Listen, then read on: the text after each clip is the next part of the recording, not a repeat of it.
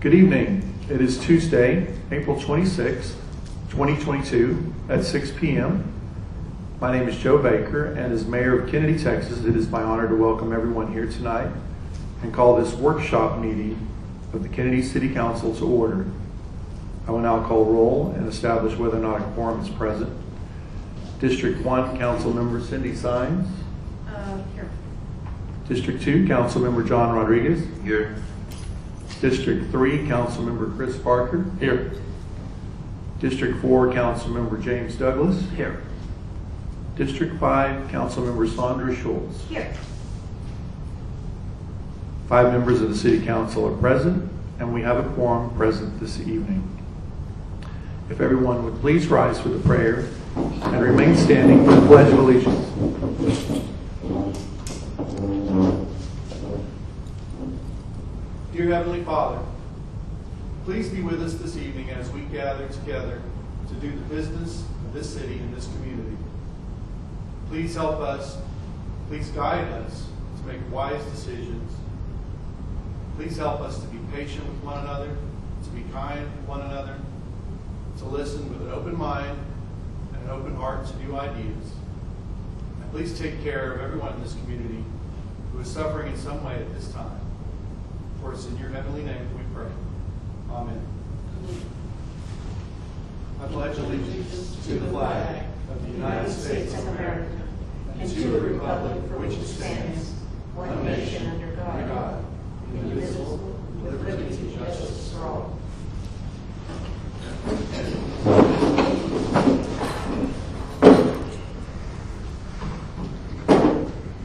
This brings us to agenda item number 5, open workshop for the purpose of planning and discussing items related to partnering with the San Antonio Food Bank pertaining to implementing a quarterly food distribution pantry and or permanent food pantry within the municipal limits. And I believe we have a guest this evening, Mario Obledo Jr. Am I pronouncing that correctly or close? Yes. Good evening, sir. Thank you for being here this evening. Yeah, thank you. Thank you very much. Is this on here? Well, thank you for allowing me to come say a few words this evening at this meeting. For the record, my name is Mario Obledo Jr., Chief of Government and Public Affairs at the San Antonio Food Bank, and on behalf of our President and CEO, Eric Cooper, our board, our staff, our organization, just thank you for the leadership that you provide to this great city of Kenedy, Texas, on the southern end, if you will, of our service territory. I do want to thank the manager for some of the dialogue and for getting me down here, and again for each one of you for serving this community. I wanted to start off a little bit by just giving a little bit of trivia on food banking and what it is, really about who we are, how we're working, how we're helping.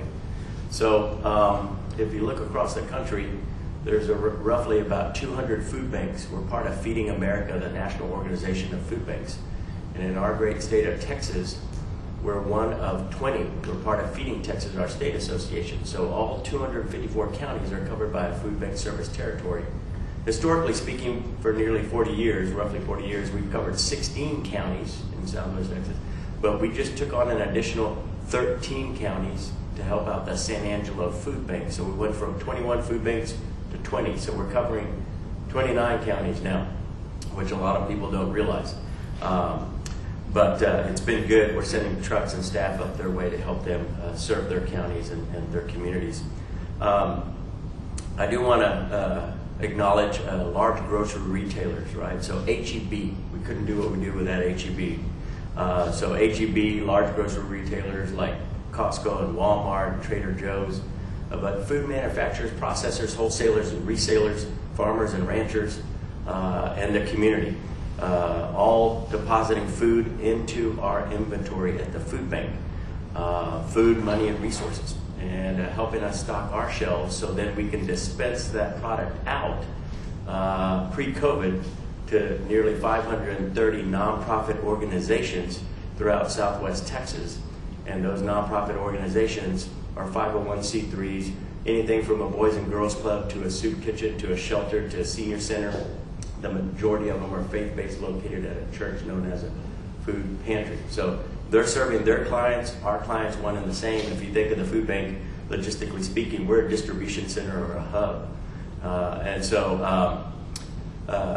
That inventory that we stock on our shelves is precious commodities. I'll tell you, before the pandemic, we were assisting nearly 58,000 individuals in any given week in terms of emergency food assistance. And when the pandemic hit roughly 2 years ago, everything got turned upside down for everyone, right? So for us, our number spiked up to about 120,000 that we were serving in any given week.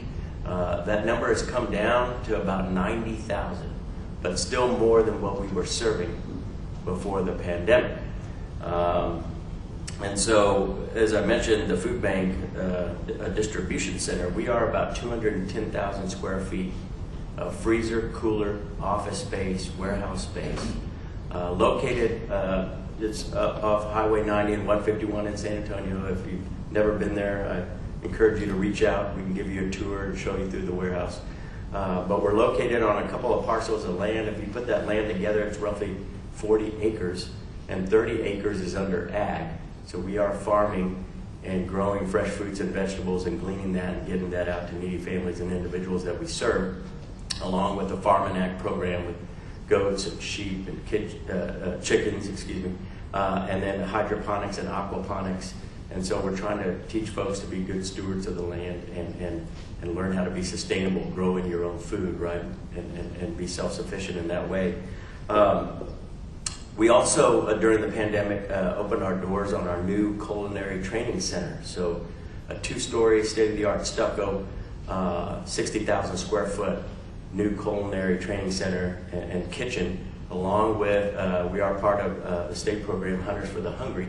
So we have a venison processing center included in that facility. Wow. So again, if you want to come by and see that, we can show you how hunters are dropping off their deer carcasses there at that center, and then the deer that's dropped off is being processed and into about 2-pound chunks of meat, and that lean protein goes out to families that we serve as well.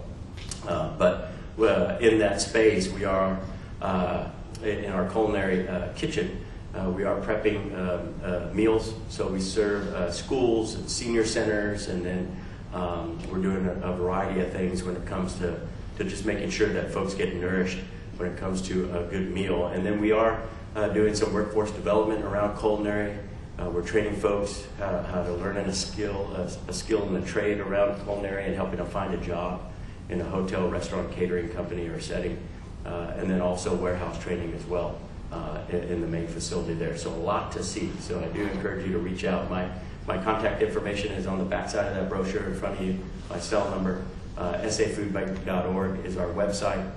And so if you log on to our website, you'll see all of our innovative programs and services, an array of programs and services ranging from kids programs to senior programs to pet food programs to nutrition, health, and wellness programs. As I mentioned, the farm and ag, but also our client services center, our call center, and that's geared towards helping folks get screened and apply for public benefits, anything from WIC, TANF to Medicaid to long-term care for senior to CHIP for kids and SNAP, formerly known as food stamps. So our staff is there doing needs assessments in person as folks walk through our doors, but also they're on the phone making calls and fielding calls throughout Southwest Texas to help folks, again, get screened and apply for those programs, and working with HHSC, Health and Human Services Commission. And then while we're doing that, we're also providing them wraparound services, referring them to food pantries, maybe in their neighborhood that they never knew existed, and now they need it because of the pandemic. And so also workforce development, if we could find out that someone's underemployed or unemployed or needs continuing education or help with their resume, our workforce staff is stepping in and helping folks find a job and get employed. So really trying to provide a solid foundation and attacking hunger in a holistic way, more of a hand up than a handout. We're trying to build that self-sufficiency in a household and get folks on their way and to a better day. And so we also have WSA Workforce Solutions Alamo. They are housed, co-located in our facility as well, and they're serving their clients and then working with our client services call center, our staff there. And so if someone's finding a job, our workforce development is also shoring that process up, but then also referring folks to those public benefits that I mentioned earlier. The other thing is we're part of the EOC strategy, so national, state, and local. Hurricane, fire, flood, tornado, natural disaster, man-made disaster, government shutdown, pandemic, winter freeze, and whatever's coming next. Food banks are mobilized. We work with Feeding America and our state association, and we work with the Red Cross and municipalities, localities, and y'all stand up the shelters, and then we come in and we're the boots on the ground with the food and water that we provide to the families or individuals that maybe were impacted in a negative way. And I said, you know, whatever's coming next. I mean, obviously we've seen everything going on overseas, right? So the Russia and Ukraine situation and how that's impacting the folks that we serve and the folks that live in your community when it comes to high prices for groceries at the gas pump. And so that's having a big impact, and a big impact on our services because we also purchase food. So we have a commodity purchasing program, so we have food sourcing staff that are able to purchase food, and so kind of supplement what we have in the warehouse. But we've seen those prices go up, and obviously with the supply chain issues and the backlog of commodities and materials, that has an impact on food banking as well. But you know, the country safety net, again, 200 food banks strong, 20 in the great state of Texas. We've been stretched thin during this pandemic, but we're still intact, and we're still intact because of government, federal, state, and local. So the federal government, USDA, the programs that we're running and partnering with USDA on, and then TDA, Texas Department of Ag, HHSE, as I mentioned before. We have a partnership with TDCJ on the Second Chance program, so helping them with their nonviolent offenders that are learning a skill in the trade at the food bank, in our kitchen and in our warehouse, right? Prepping meals, but then also moving product in the warehouse, and we're helping them transition out and helping them find a job as well. But we partner up with government in a variety of ways, and local government as well. I can tell you during the pandemic, a lot of municipalities and counties came to our aid, helped us at distributions. We were doing a lot of mega distributions to help shore things up as families were struggling, losing their job, didn't know where their next meal was coming from. And I can tell you that government stepped up in a big way. Texas Department of Emergency Management as well, through the state, helped us out with food and water, and then helped out the state, you know, with the winter freeze as well. So delivering food and water across the state. And so again, couldn't do it without government. And so with the conversations, brief conversations that I've had with the manager and folks here, you know, I'm here tonight because there might be an interest in partnering with us to serve your community in the way of a pantry, in the way of maybe quarterly distributions through our pop-up program to serve families. And as you all know, we partner up with Karnes County, and they fund us through their budget. And those monthly mega distributions are run up the road up 181 at the show barn or showplex up there. And the county and the community, the volunteers come out and help us serve those folks that line up in those lines to get grocery products once a month. And so anything that can be done down here could definitely shore things up and be a supplement to what goes on up the road. And so again, tonight here to answer any questions or kind of look at possibilities of what could be. But do know if something happens during the middle of the night, on the weekend, any time of day, you can call or text. My cell phone is listed on the back of that brochure, and governments do, because now we've seen a lot more in the way of natural disasters when it comes to fires and more inclement weather. Some pretty strong storms coming through our service territory that are impacting the townships that we cover. And so we are out in our service territory. We just wrapped up our community coalition first round meetings, and that's 15 counties that we covered, meeting with county governments, local governments, EOCs, VSOs, ISDs, strategic folks at the table, just to talk about the needs in the communities that we cover and what folks are seeing and how maybe we can better serve.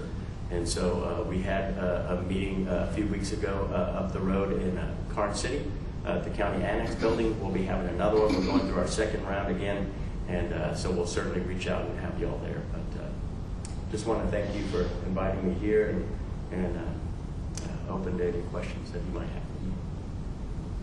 Thank you for being here, Mario. Are any questions from the council? I don't necessarily have any questions. I'm all in. I think this is a great idea.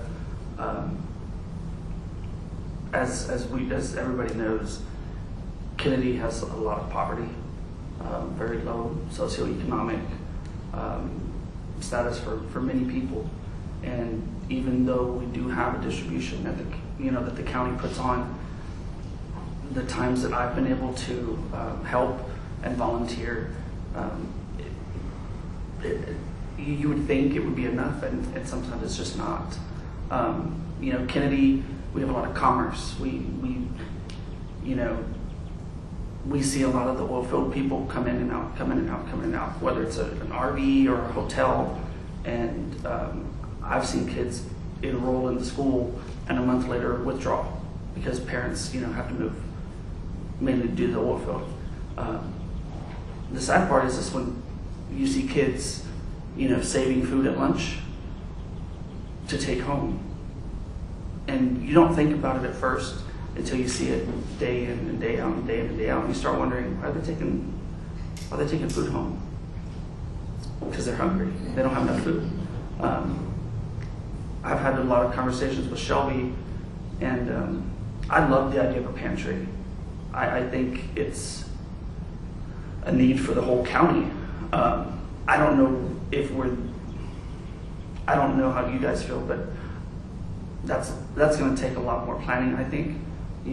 Obviously you have a location and cold storage and all this other stuff, but that can be something that we can work towards maybe in the future. But I think the idea of a whether it's quarterly or whatever we can do based on our budget is going to help. The only problem I see coming up would be people that don't necessarily live in the city but have a Kenedy address. That'd be something that I think we'd have to figure out how we're going to regulate that if we do go forward with any type of distribution. Because I could see a lot of people say, well, I live in Kenedy, it says on my driver's license, Kenedy, Texas, but they're outside the city limits. So that'd be something we'd have to figure out how to navigate. But I think it's a wonderful idea and definitely a need for the community. I think if we're going to use, tax dollars in any way, this is definitely a great way to do it because we're giving basically giving that money back to them in the form of food. Yeah, I agree with you, James. There's a great need in this community due to our socioeconomic demographic data. There's as much need here as anywhere. And I think it's good that the council is considering this and something that we may be able to identify as a budget item in the next budget cycle that's coming up. And this is a good opportunity to brainstorm and figure out how that might materialize. And Mario, I guess what my main question for you is there a community within your region that's similar to Kenedy in terms of size or demographics that has done this, a food pantry or something similar along the lines of what we're talking about? And if so, what are the nuts and bolts of how it works for them? So thank you, Mayor, for the question.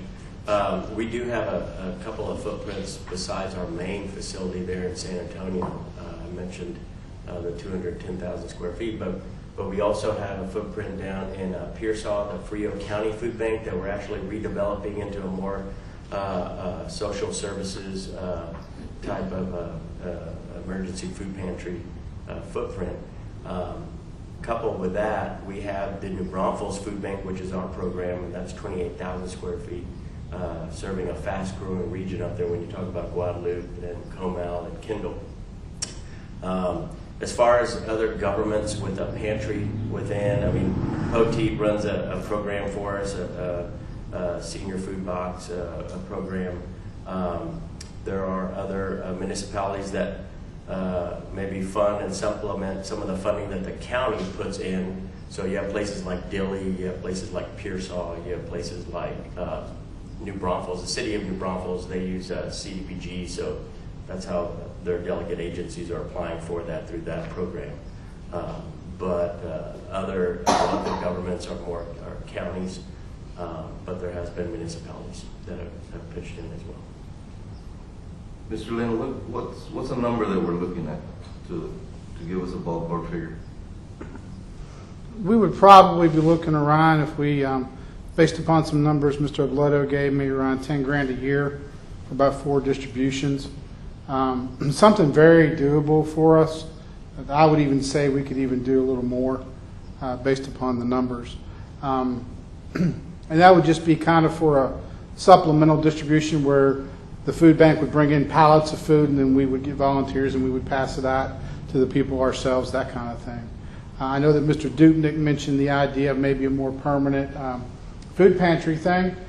So what I'd like to ask Mr. Obledo is how would that look to transition into a more stable food pantry? Like if we had a building that we could acquire that had some of these refrigeration things already in it, and was in a decent location that had good ingress and egress, what will we be looking at as far as the municipality be concerned, as in the different types of quality, if you may, or types of food offerings that we would be able to offer in a food pantry versus just a supplemental distribution like this? Yeah, so if you had the mobile distribution or distribution, all the perishable food items, you'd have to get them out on that day at that site. If you had a brick and mortar with a freezer cooler capacity in it, you could store those items a lot longer than you could in a day or half a day or a few hours at a distribution. So that's one thing to keep in mind. I have seen, well, for example, in New Braunfels, at the New Braunfels Food Bank, I mean, we have a small, it's called the kitchen table. And so in there, clients, it's very programmatic in terms of clients coming through our main doors there, looking for public assistance, and then entering into programs where they earn points. So we're teaching them how to budget their household dollar. They're able to take those points and shop in a small grocery store within the facility, if you will. So they take their cart and they go through, and it's all done by points, because they're spending down their points, and then they gain points if they enter into other programs there at the food bank in New Braunfels. And so that's a very unique. It's called a client choice pantry. It gives folks a dignity and lets them shop for food items that their family might be interested in, versus them being given certain food items. So they have options. That's something to think about as well. But I think it would be beneficial for the community if you did have a brick and mortar type of footprint to be able to store food, and then to be able to serve clients on a weekly or daily or a scheduled basis, versus just quarterly at a distribution and then once a month at the mega distribution. Just something to think about. So how would that look, I mean, in terms of partnering with the food bank and supplying a food pantry? I mean, what kind of commitment would the food bank be willing to make to the city to ensure deliveries and things of that nature in a timely fashion? You could essentially become one of our partners. The footprint could be just like a food pantry. The 530 I was talking about, y'all would be able to become one of our partner agencies and be able to go through training, right, food handling, food safety, all that kind of training that our partners receive. And then once you do that, there are some partners that are given a code and they're able to shop online. So then then they're seeing what's in inventory and they're submitting their order, and then our trucks are bringing it down and delivering it to that food pantry. The product's offloaded, and then you're able to serve your clients. Again, our clients one and the same. So that is a good strategy. I know, talking about the Commissioner Dupnik, he was looking into that strategy for some time, for a couple of years, to see if there could be a pantry built up there by the county. But that hasn't moved forward right now, and so anyways, so I'm just thankful y'all are thinking about something like this for your community and your citizens.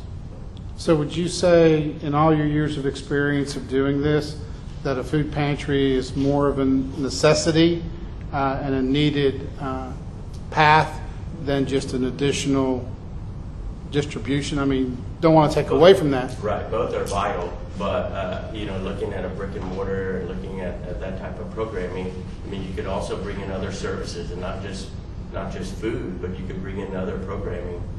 So then you would have wraparound services to be able to serve folks coming through those doors. So I'm just, as we're talking here, I'm just brainstorming. If you had workforce development, WSA, and you had ACOG, right? So they cover this county as well. And you had all those programs and services, the food bank, even our folks, right? Our client services staff, assisting folks to get screened and apply for a SNAP. If you had all those programs coupled with the food pantry, I think that would be a pretty good blessing for the folks here in your town. And you all would be willing to help with a lot of the back end stuff on the WSA and all that training and that with people and that, so we would be well trained in those areas? Yes, I mean, our staff, we have workforce development staff, but we also do work with WSA as well. Workforce.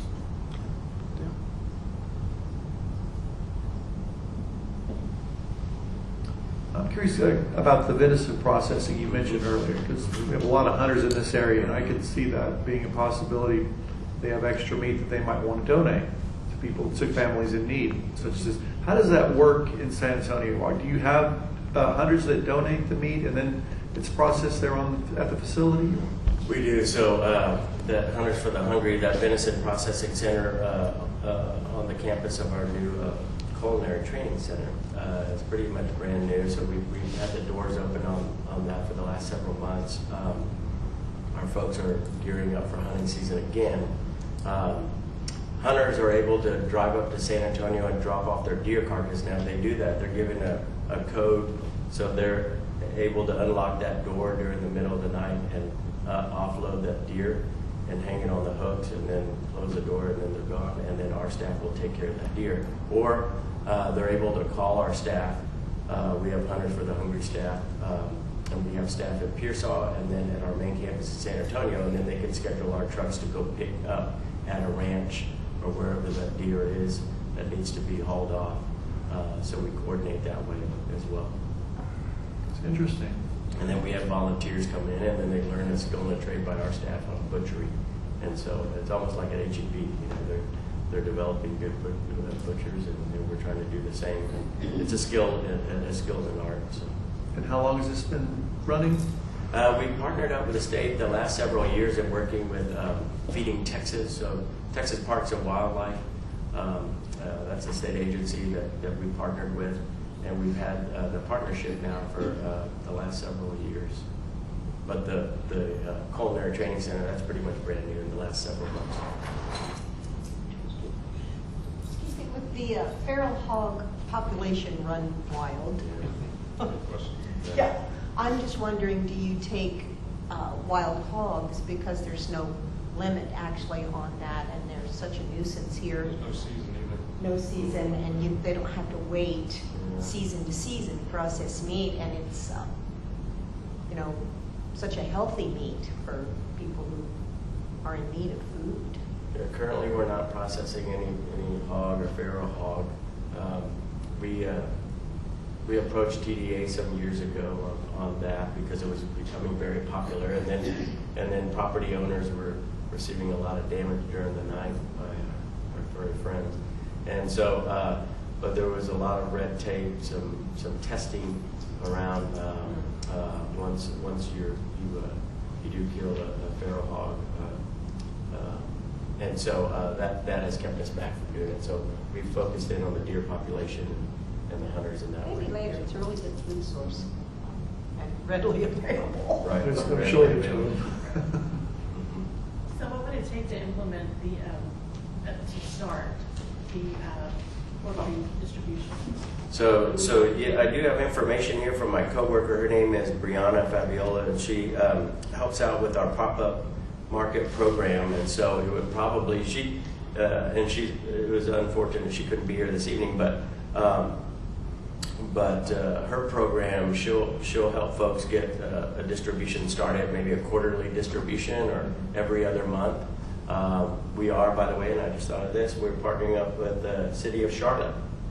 Mayor Porter, the new mayor there, I don't know if you know him, but we've been working with him, and he's starting his first pop-up market this Friday morning at 10 a.m., I think. So he's really excited to serve his family there in Atascosa County. But Brianna worked with him to get that set up. She could do the same with y'all as well. Primarily, it's a bobtail truck of ours. She would work with y'all on the training and what all that entails. The bobtail truck that delivers her program probably can feed about 100 to 250 families. So probably up to about 11 pallets or so.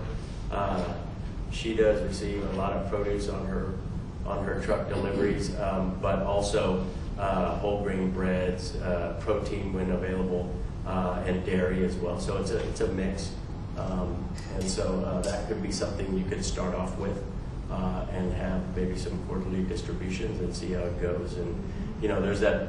You have to get a group of volunteers, right? And you got to train them, and then you have to, some municipalities that do it, like Mayor Porter, probably has a little law enforcement to help them out with those families lining up on the roadway there or whatever. So it's a little coordination, but I can tell you at the end of the day, it's something special to be able to serve clients in that way and to nourish families. I have volunteered out there. It's a lot of work. Mm-hmm. So it can be a lot of work. Yeah, but it's worth it. Mm-hmm. Most definitely. Oh yes, Rewarding. it's Yeah. very rewarding. Yeah, very rewarding, and then much needed. Yeah. I think just much needed nowadays. Now more than ever, I think our programs and services are so critical to families during the last 2 years, and I think could be for a while longer. So if there's anything we can do together to help shore things up, we're all willing to do it. So.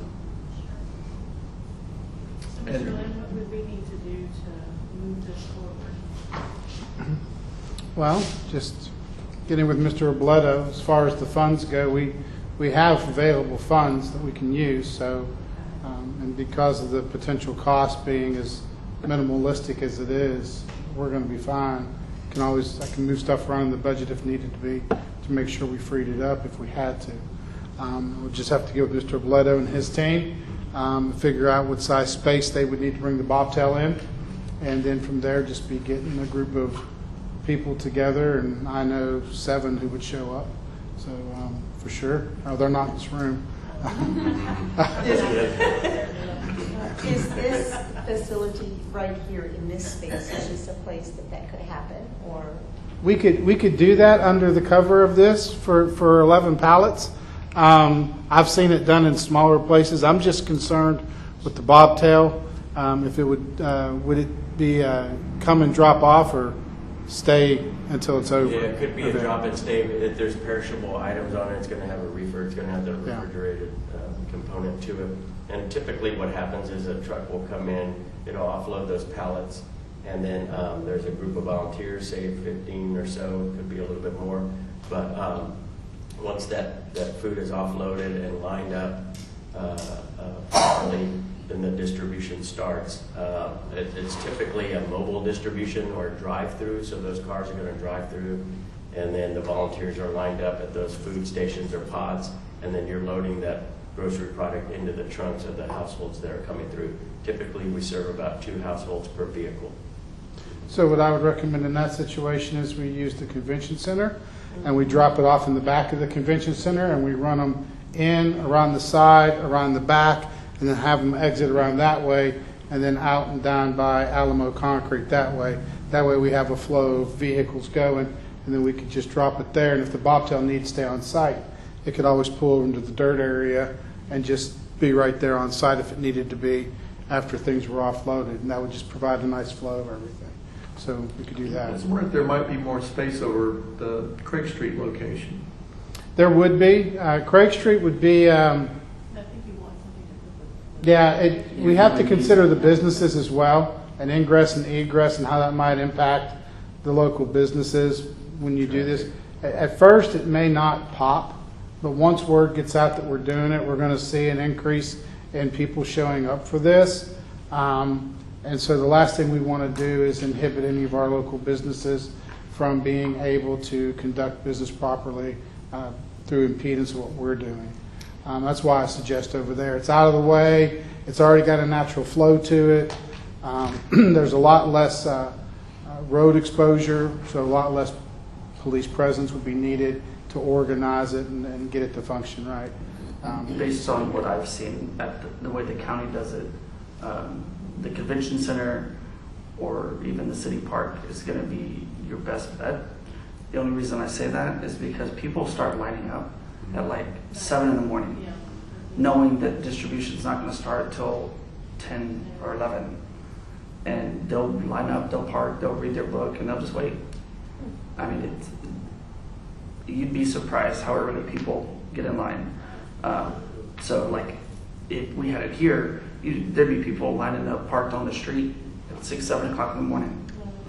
Correct. I think Brianna, who I mentioned before, who runs the program, she could come down here and kind of get a lay of the land, and then she always comes up with good suggestions, or she has it down now to a science. All she needs to do is just see the options that you have, and she'll make it work and flow right.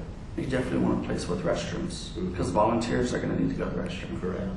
And I can say that as far as volunteers, we've had students from the school basically for the last several months help with the county. So that's easy to do, and they love doing it. At first, we had a small group of kids. The second time we took kids, we had more kids.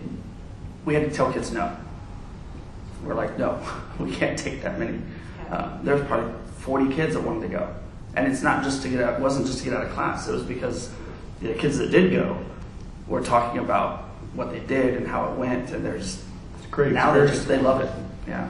There is some, I will say, as far as the volunteers are concerned, just the distribution itself, and Brianna will go into this more with you all when she meets with you, but there is some intake process to it, name, address, phone number, contact information for these clients, because we have to make sure we're tracking where this food is going to make sure it's going to households that are in need. And so there is that process. It's a sign-in sheet, and our staff will be there and take down that information. And then also, these are pre-registered events too, so when you advertise them, and she'll go through all that, but we start getting folks to pre-register for these events, and then we can watch the numbers, and we know how many folks are registered to come on the day of to pick up grocery items. And so that's part of the tracking portion of it as well, but she can go into all So you that with almost you. answered my next question, which is anyone ever turned away? I mean, Right, it's How do you do that? self-declared, and if someone is hungry, I mean, we bring a little bit extra food to make sure that we're serving all the folks that come, and so Brianna will work with you all on the food distribution rate, depending on, if she's targeting 250 families or 100 families with the amount of product that she has, she'll make it work and make it stretch. So. I wouldn't want to be that person. And there's several volunteers that help out the county that I guarantee you would show up to help us too. I think they love doing it so much that they would go volunteer anywhere that there was a distribution. Without volunteers, you can't execute, and I can tell you throughout Southwest Texas, being at all the distributions, majority of them that we do, all the way down in Crystal City, to all the way out in Seguin, all the way up to Rock Springs, up in Edwards County, and the mayor and the city secretary, Pam, up there, and the road and bridge crew, there are volunteers.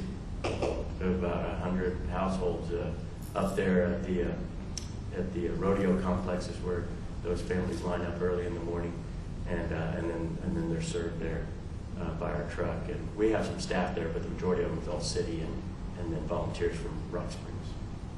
But a lot of amazing help going on, and so. Going back to the numbers a little bit, Mr. Lane, I think you mentioned $10,000 a year would pay for 4 quarterly events. Is that correct? Yes, sir. Okay. Based upon the numbers Mr. Obledo shot me. So for about $2,500 expense on the city's end, that would support enough food for 100 families? Yes, at a distribution that Brianna would be running, it's going to serve 100 families. The city of Pearsall just gave $15,000 out of their budget to match some monies that the county was giving. So they gave 15 recently. Mayor Briscoe and Fred Reyes, their city manager. Great gentleman. What Would you recommend in terms of setting dates for these distribution events? Would Saturdays be best, or during the week, or is there a preference? I'll defer to our program staff on that, because we have distribution scheduled 6 days a week, so Monday through Saturday. And so I would have to defer to Brianna and Erica Gonzalez, our director of food for today, and her team that's working with our transportation department on that, but and go off of what the ladies are recommending. I was about to say, with the number of events that you manage, you must have a complicated calendar to manage to keep, because they can't be everywhere at once. It's on the same day. They could be out in Real County and in Campwood or Leakey or out in Uvalde or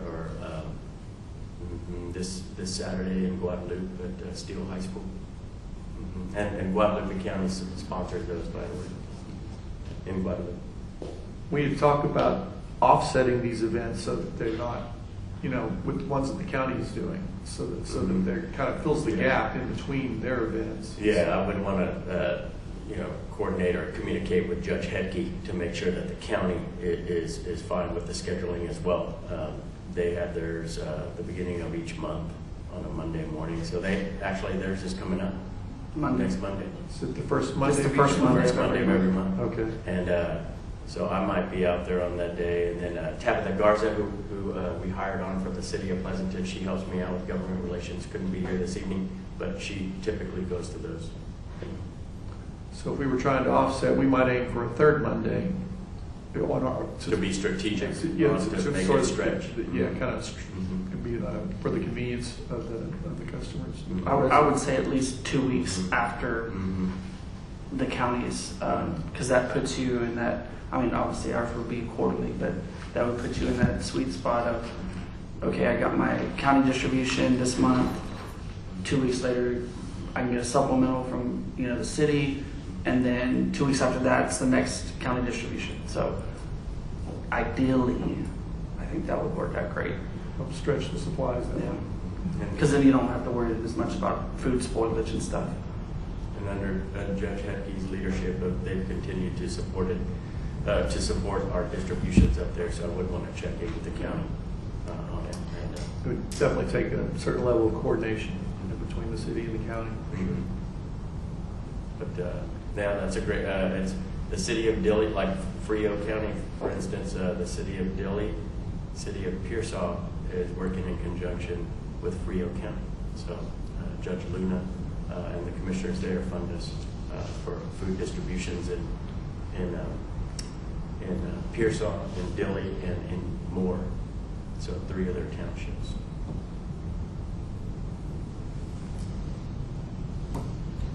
Any other questions from the council? Mr. Lynn? So what we would be looking at roughly, again, going back to the numbers that Mr. Obledo gave me that I gave to you guys at the last council meeting, you're looking at $2,500 on a quarterly basis for $10,000 for the year.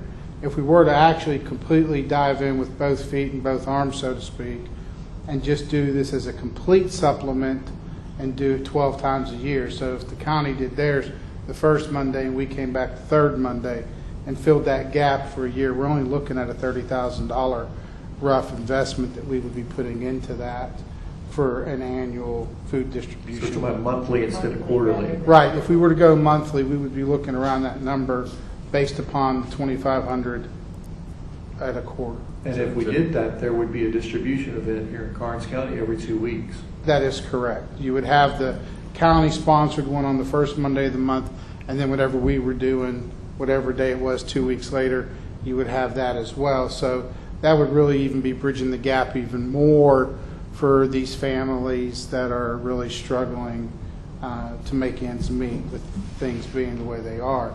And that is definitely something that if the council wanted to do this and do this now to provide immediate relief, going with the lesser of the $2 amounts would be something we could jump into without thinking. And when we enter our budget talks this year, we can discuss whether we want to increase it to a larger distribution and pick up more distributions at that point. We could do that, but I just wanted to make sure I gave you both numbers tonight so you had an idea of what we were looking at both polar opposite ends of this deal. Judge Hedke and the commissioners fund us, I believe, $36,000 through their budget each cycle is what they're doing, and y'all could match that and do what you're talking about. Now, one thing to keep in mind too is, as the councilman mentioned about if you're using the city taxpayers' dollars, making sure that the residents of this community, if that's what you're thinking. And looking at that, I mean, for instance, with New Braunfels, and that's CDBG, that's a different program, but we do have to ensure that the food that we're distributing through that program is to New Braunfels residents and not, the county as a whole. But that's something to look at too, or think about. Yeah, there's been it's been a while, but one of the times I volunteered with the county, they did turn some people away. But it was because they didn't live here. I think they worked at the hospital but lived in Beeville. And, but. What about the distribution of Pawnee as well? I know some Yeah. people from here go over there. Now, I don't know if they turn them. We have sister food banks to the south of here, 2 of them. So the Corpus Christi Food Bank, she covers 11 counties, and Victoria Food Bank, she covers 11 counties. They're right south of here. So. We could always use water bills Right. Yeah. because that would tell us Bring in your city water. limits, outside city limits. So that could be one of our requirements.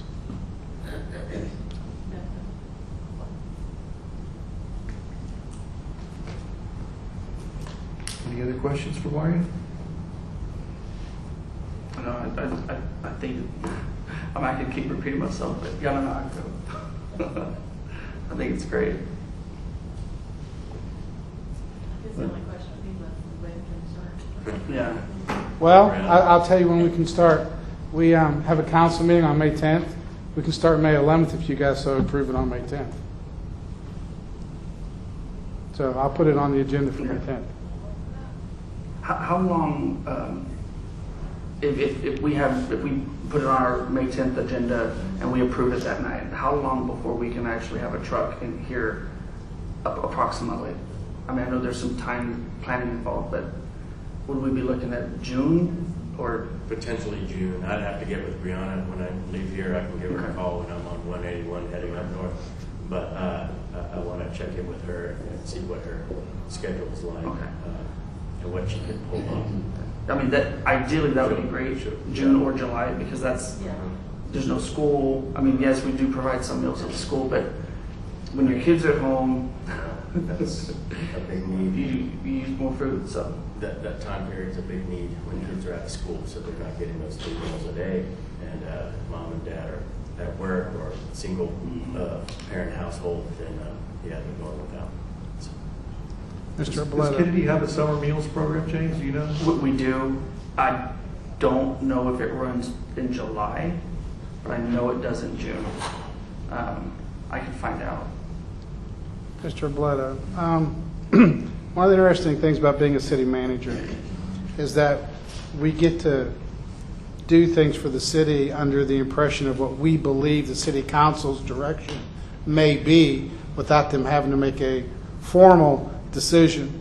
So if I was to act in that capacity, say tomorrow morning, thinking that my council may lean towards voting this in, and you and I were to get together starting, say, tomorrow, and Brianna was to get involved tomorrow, Would it be possible if the city council made a formal decision on the 10th for us to get a truck in May if we did all the background work now? I could definitely see what we could do to make that happen towards the end of May. We can certainly try. I just need to check in with the folks that are heading up our programs and then transportation. But we could definitely target that. I can give you a call tomorrow. How's that? Sounds good. Okay. Any other questions or comments? Really appreciate you being here this evening and your presentation. It's a great idea and it'd be a great service to this community.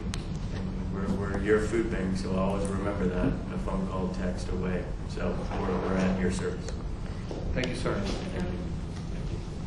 Thank you, Mr. Obleto. I appreciate you coming down. As far as volunteers, I know the prison used to provide offenders to help with the county. Then COVID hit. I don't know if they've, well, yeah. So I don't know if they've started doing that again, where they, bring offenders out. But that might be a good source too.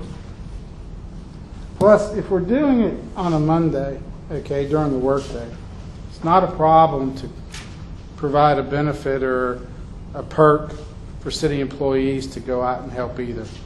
I mean, we could get city employees, team members to come out and maybe throw them a half day off here or there as a show of our gratitude for them helping doing this. So I don't think we're going to be hurting for people to show up to help do this. It really doesn't take that long. I mean, the times that I've helped, there's usually a good amount of people, around 15 to 20 people helping, and it goes real quick. Yeah, council's here, and then you have all the clubs at school, especially Yeah. National Honor Society. Oh yeah, we where can you definitely, add kids. when school's in session, we Kids, can yeah. definitely get some kids. I don't think we're gonna be in. And even in the summertime, I mean, I'm sure I could talk to Coach Alvarez They're all information on when the they pop-up run that meeting, athletic program and I through can the talk to summer. Brianna about expanding Because on I mean, this, but you think it it's gives just you a a little few hours. background on it. It's not. Okay. It's not You've got a my full day card, my event, so, cell phone number, so I really appreciate from it. the time the truck shows up to the time that you leave, I mean, you're looking at 3 to 4 hours at the most. Like from 10 to 2, something like that. Before that. Now, 9 to 1. I have helped with some mega distributions that did go longer, but it was a lot more food, so more time sorting it and stuff. But the last few times that I helped, I think Rungy even sent some kids. We got there by 9. We were back at the school by 11:30. How about in terms of the number of volunteers? What, really like 10 people or 20 people? With the county, it always varies. Like when first time we took kids, we had 5. The second time they took kids, they had 20. It just varies. The third time they took kids was more, but we More could have probably people. taken 2 buses full of kids. But the more volunteers, the faster it goes. The faster it goes, the easier the work. Yeah, especially with the mega distributions. Anything else from the council on this? None. That brings us to agenda item number 6. We will close this workshop. And then agenda item number 7, we will declare this workshop adjourned. Thank you, everyone. Mr. Lind, do we need to wait until 7 p.m. to continue, or since it's posted that way? Yes, sir, we do. That's what I It's thought. only Okay. about 7 minutes, be a good time to take a break. Short recess, and we will reconvene for our next meeting at 7 p.m. Thank you. Good evening. It is Tuesday, April 26th, 2022 at 7 p.m. My name is Joe Baker, and as Mayor of Kenedy, Texas, it is my honor to welcome everyone here tonight and call this special meeting of the Kenedy City Council to order. I will now call the roll and establish whether or not a quorum is present. District 1 Council Member Cindy Sines. Here. District 2 Council Member John Rodriguez. Here. District 3 Council Member Chris Parker. Here. District 4 Council Member James Douglas. Here. District 5 Council Member Saunders Schultz. Here. 5 members of the City Council are present, and we have a quorum present this evening. If everyone would please rise for the prayer and remain standing for the Pledge of Allegiance.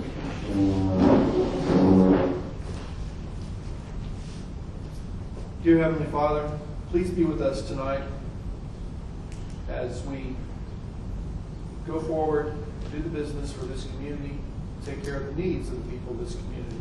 Please be with each of us as we work together to solve problems and to reach solutions to problems for the benefit of the whole community and all the people that live here in Kenedy, Texas, and Karnes County. For it's in our Father's heavenly name we pray. Amen.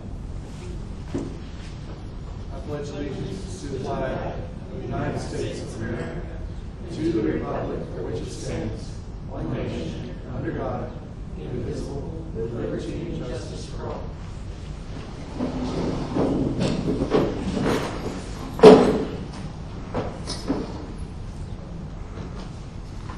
First item on the agenda for this meeting is agenda item number 8. We have called the meeting to order. Quorum is present.